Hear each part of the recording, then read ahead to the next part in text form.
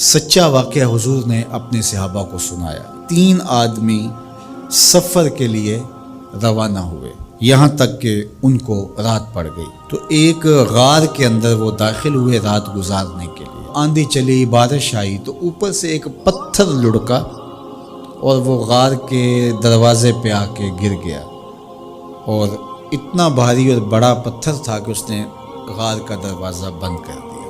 انہوں نے آپس میں بات کی اور کہا، تم اس غار میں پھنس گئے ہو، اب یہاں سے نکل نہیں سکتے مگر یہ کہ تمہارے وہ عمل جو محض اللہ کی رضا کے لیے تم نے کیے ہیں، ان اعمال کا وسیلہ دے کے اللہ سے دعا مانگو۔ ان میں سے ایک آدمی نے کہا، اللہ میرے ماں باپ بوڑھے تھے، اور میں جب بھی بکریاں چرا کر کے آتا تو میں دودھ دو کر کے سب سے پہلے اپنی ماں کو اور اپنے باپ کو پیش کرتا۔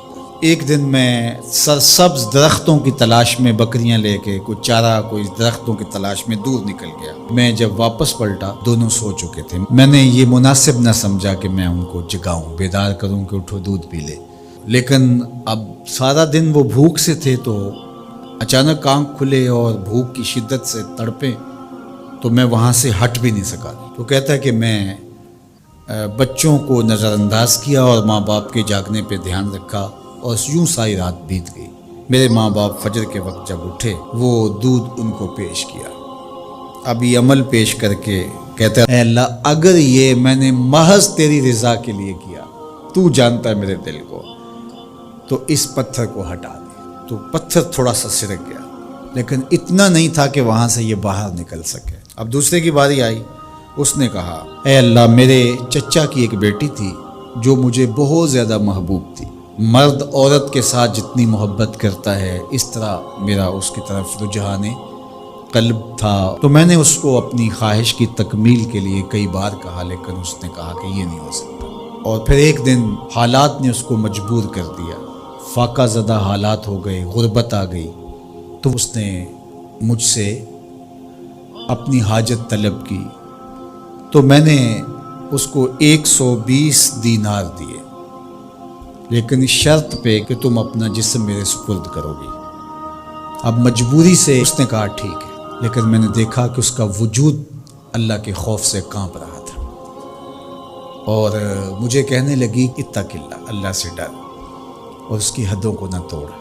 میری خواہشات تو پگلی تھیں، آرزوئیں تو بےتاب تھیں، اور میں اس کی قیمت بھی ادا کر چکا تھا، لیکن اس کا یہ جملہ کہ اللہ سے ڈر، تو میں نے تیرے سے ڈر کے اس کو چھوڑ دیا، اور جو اس کو میں نے 120 دینار دیے تھے وہ بھی اس کے پاس رہنے دیے۔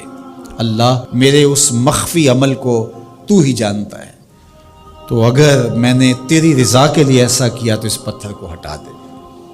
تو پتھر تھوڑا سا ہٹ گیا، سوراخ تو زیادہ ہو گیا، لیکن ابھی بھی وہاں سے گزرنا ممکن نہیں تھا۔ اب تیسرے نے کہا، اے اللہ، میں مزدوروں سے کام لے رہا تھا اور ان کی مزدوری میں نے دے دی، ایک مزدور بتائے بغیر چلا گیا، تو میں نے کیا کیا کہ اس کے مزدوری کے پیسے کاروبار میں لگا دیے۔ کاروبار میں برکت ہوئی، اور بہت زیادہ وہ کاروبار جو اس کی مزدوری سے شروع کیا گیا تھا پھیل گیا۔ تھوڑی سی مزدوری تھی، لیکن کاروبار بہت پھیل گیا۔ اب میں اس کے اندر کچھ ایک آنا ٹگا نہیں لیا۔ ایک عرصے کے بعد وہ شخص آیا، اس نے کہا، مجھے میری مزدوری دے۔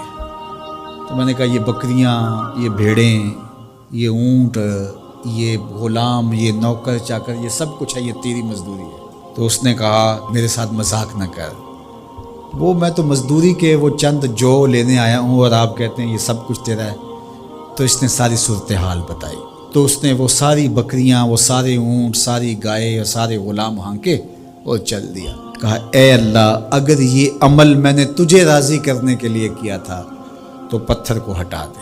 تو حضور نے فرمایا، وہ پتھر ہٹ گیا اور یہ چلتے ہوئے باہر آ گیا۔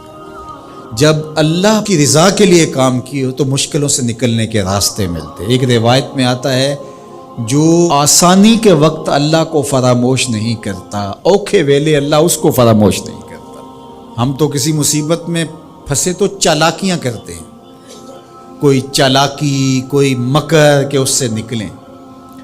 تو مصیبت میں پھنسیں تو دعا کے لیے ہاتھ پھیلا لیں، اور اچھے اعمال کا اللہ کی بارگاہ میں وسیلہ پیش کریں۔ تو زندگی میں ایسا ذخیرہ اعمال کا جمع کرو کہ جب مشکل بنے تو ان اعمال کا وسیلہ پیش کر کے مشکلات سے نکلنے کا راستہ ملے۔